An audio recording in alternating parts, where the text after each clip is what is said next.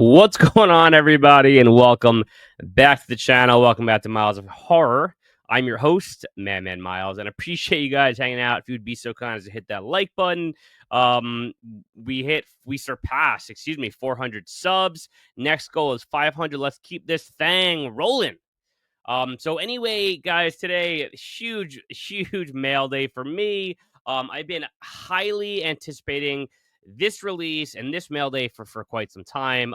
And that is from TerrorVision, who is my absolute favorite boutique label in the game right now. No one's doing it better. Quite frankly, they're can't miss company. Every single title I have from them is slam dunk, 10 out of 10. And I got my revenge of the Radioactive Reporter. Now, I knew this because I'm a TerrorVision subscriber, which I strongly recommend all of you do. I'm gonna do another full video on why you should subscribe to them in the near future. But because I am a subscriber to them, I got my copy first, so I'm one of the first people to get this. So I wanted to get this video out to you guys, get this review out to you guys. But if you have never heard of this movie, you've never heard of TerrorVision, you've never seen this movie, you know nothing about it, get a load of this.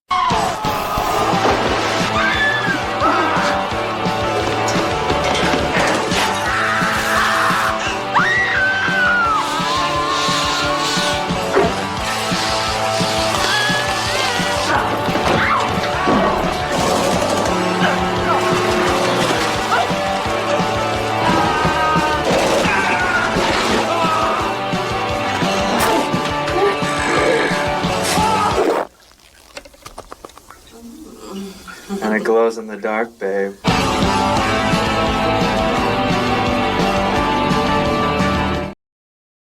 And it glows in the dark, babe. Now, let me just tell you, this movie, I'm going to give you my full in-depth review, mostly spoiler-free, a little bit of plot things here and there. But it was a ton of fun. I'll tell you that right off the bat. And I'm going to show you a couple things before I get into that review. So, firstly, the aesthetic of the movie. I mean, listen, I'm a sucker for packaging, and I of course, the movie's the most important thing. But I'm also a collector at heart. And if you follow me over on Instagram at Miles of Horror on Instagram, you know that I have a huge collection. And artwork matters to me. Packaging matters to me. I'm just a collector, right? And the movies are the heart of what this is about, but so is the packaging. And I am someone who likes to take things off the shelf and admire them, and I like the aesthetic. And I have a social media page, so I like to show off my collection. And part of showing off your collections is the artwork and things like that. So I like when things look nice on the shelf. But so the aesthetic, quite frankly, the artwork on it is fantastic. The green aesthetic is just awesome. They use the original font on there. You can see the back. Great reporters aren't made, they're mutated. So really cool aesthetic with the slime kind of hanging down, the radioactive ooze coming down. And my favorite part about the aesthetic of this release, honestly, I love their side loading slip covers. They're fantastic. But they did the original artwork on the Blu-ray, which is just freaking awesome. It's just awesome. Like I absolutely love this artwork. Okay, you see the aesthetic there. Now this is a 4K. You see the original artwork on there. I'm sure it's you can flip it around, and then you get your poster.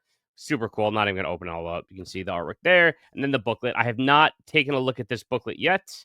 I've not read this yet, nor have I watched any of the extras yet. I literally got this morning, and so I wanted to make sure to watch it ASAP. You can see here some of the booklet, beautiful stills, good cardboard stock. And I expect nothing but greatness from TerrorVision always, and they always deliver.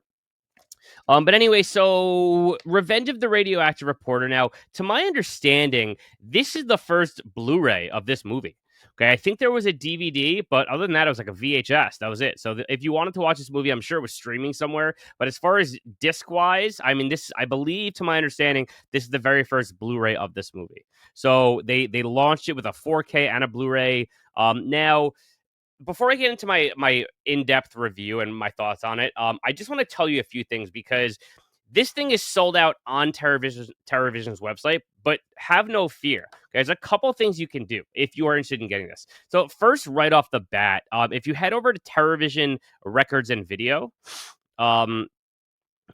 so yes, the limited, which is the slip cover or the slip box, right? The side loading slip box is out of print, but The standard slipcover edition, which is a fantastic edition, like truly, I would not be disappointed if I mean, I would prefer the limited, and that's why I got the limited. But the slipcover with the original artwork is so badass. And if you take a look, it is here, still available. There's still 872 left, so you can totally just go for that vibe, and I promise you, you won't be disappointed. It's such a great slipcover. You still get all the discs and all that. You still get the 4K and the Blu-ray, the 2 disc edition. So that is one option. Okay. However, and here's why it's important that you guys watch my channel. Okay. Um, if you really want the limited, which again I prefer the limited. Okay. If you really want the limited, head over to Grindhouse Video. Okay, I got you, fam. Head over to Grindhouse Video because um apparently, okay, if you take a look, they still have some of these in stock. Okay, Revenge of the Radioactive Reporter, limited edition 4K, Ultra HD, Blu-ray pre-order. I mean, to my understanding, this looks like the box set. Okay, so again, I don't know exactly what edition this is, but I'm looking at the pictures, and if it's not, that would be false advertising.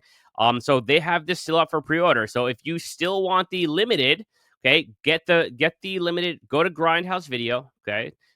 That's their watermark, and order the limited right from there because they're still available. So have no fear, you can still get the limited if you want it. Anyway, so that's the aesthetic. That's how to get this movie. And again, like this is the first time it's on Blu-ray, to my understanding. So like this is what I love about Television. They're bringing so many things back that were either had a VHS or a DVD, and they to me, Television again. Before I get into my review and the year of 1990 and what it meant for horror, to me, TerrorVision is like walking into the tape store. Okay. And that is what I cherish about being a horror movie fan and about being a collector. It's that feeling of looking at my shelves and being like, I what am I gonna slap a bag of popcorn in the microwave?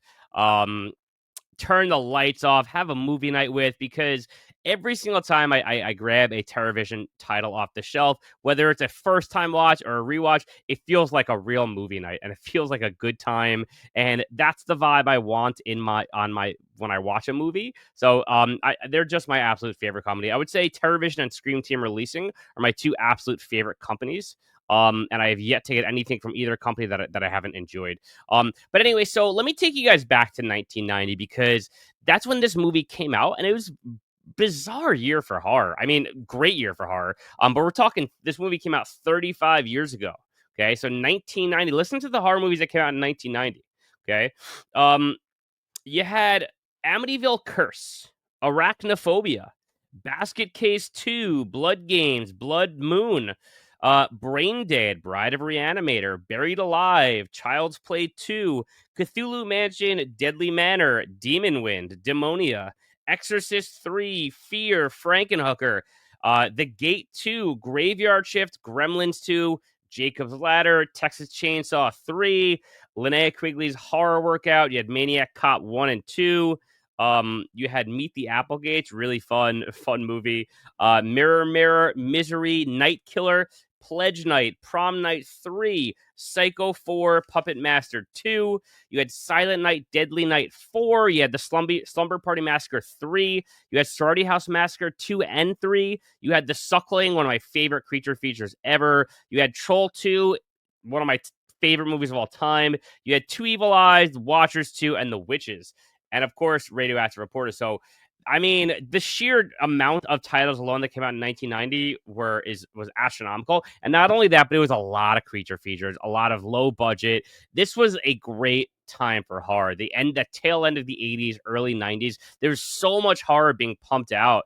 And what's really interesting is you have a lot of these movies that like during the time were just schlocky and were just like cheesy popcorn date night movies, and they've aged really well. They weren't necessarily meant to be these great horror movies when they came out, just fun. And now there's a huge audience for this kind of a movie.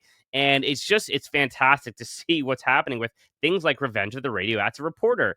So anyway, the movie itself, main character Mike and his soon-to-be wife Rochelle Darlington, um, they are falling in love, and he proposes, and you know, Mike is a news reporter, okay? And he catches on to this nuclear power plant who's doing some bizarre and kind of faulty things, but he thinks that they're covering it all up. And he thinks that there's something more going on here. So he thinks this is his big break and he's going to expose them for the evil villains that they truly are, and sell his story to everybody. And that's kind of the basic premise of the movie. And when he goes to the plant, they offer to give him a tour, and there's an accident. He falls into the vat of nuclear waste, and all hell breaks loose, and his girlfriend's distraught and doesn't understand what happened, and she's investigating. And then the board of the nuclear plant decides that his soon-to-be wife needs to be killed, so as not to risk anything getting out, any kind of information, and so is the plot of the movie. Okay, so just a few things that I really loved about this movie. First and foremost, there's like this scene that literally opens the movie where they're all in Halloween costumes. I don't know if it's actually Halloween, but the dialogue and the one-liners in this are just perfection. One of the Halloween costumes, this guy is dressed as Long Dong Silver. It has this huge penis, and he's hitting on this girl as Long Dong Silver, and it's just classic. It's really schlocky and fun. It's super campy. Someone's dressed as a summer camp counselor wearing a hockey mask. You have some of those like tidbits right in the tail end of the slasher era, and it's just fun. They have a lot of little Easter eggs in there. So Mike's aesthetic, after he falls into the nuclear waste, which is right in the trailer. But Mike's aesthetic, once he falls in the nuclear waste, is wildly fun. He looks super cool and oozy and goopy, and just he's dripping everywhere throughout the movie. And he kind of grows these like superpowers with the nuclear waste. Like if he touches someone, or if he without giving too much away, when he waste kind of falls off him, or if he spits on people, or if he urinates on someone. There's so much to love about this movie. And so, there are things that are happening on the peripheral as well, in regard to the waste, like a giant violent gorilla that shreds this one guy to pieces, or this gorgeous woman has gnarly teeth. I wish that they went into that more, and like went into some of the aesthetic of what else was happening in town, because to my understanding, those were products of like what this radioactive waste was doing around. But you don't really see too much of it. um but anyway, Mike's abilities are all rooted in the radioactiveness inside him, and he has to go back and keep re-upping his radioactive powers, and by dunking himself in the toxic waste and all that. And it's just a blast of a good time. The way he uses his radioactive powers throughout the movie is just so unique and so different. And the movie is just schlocky and campy, and it's hilarious. Like I'm not going to give anything more away, but some of the scenes in this movie really truly made me laugh. And like, again, it's one of those things where it's like I'm popping him. I'm popping a bag of popcorn. I'm turning the lights off. I'm just having a good time with it, and I think that that's what television does best. And if you're not familiar with television at all, it consists of just a few people. It's a small production company that's doing big things.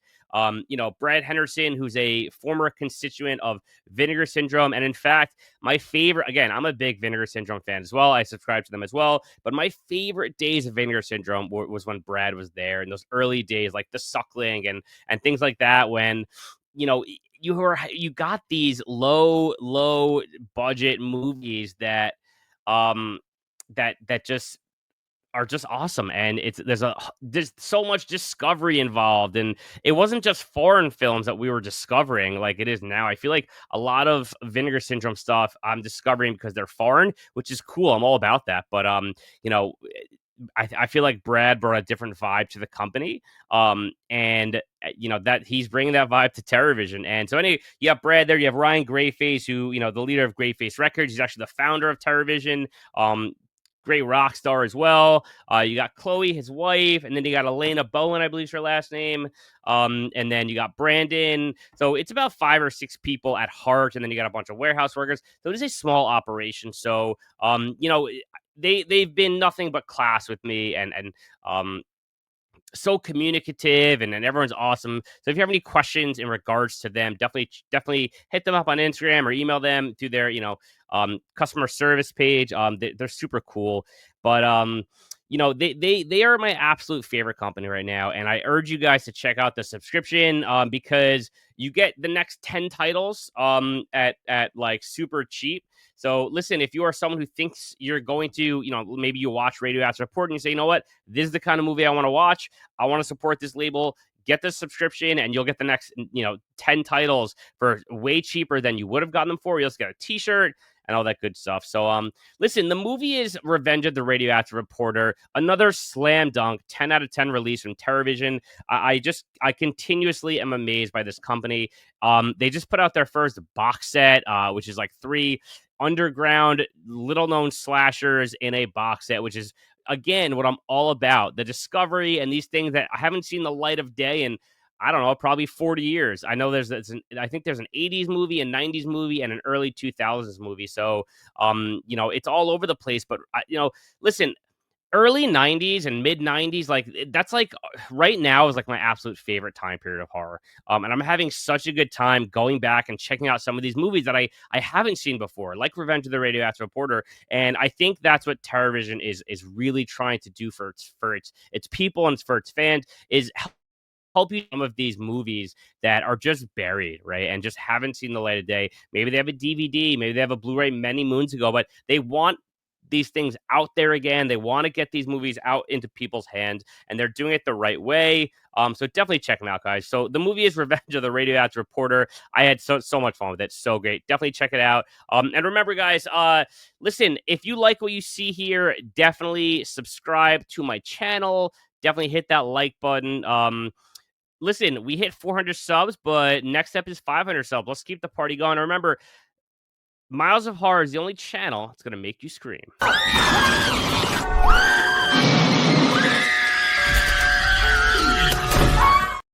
All right, guys. Go give me a follow on Instagram as well at Miles of Horror, and I'll catch you guys later. Hit me up in the comments, man. If this one came in for you already, or if you've never seen it, or if you're dying to see it, you're like rushing to go order this thing now that you've seen my review.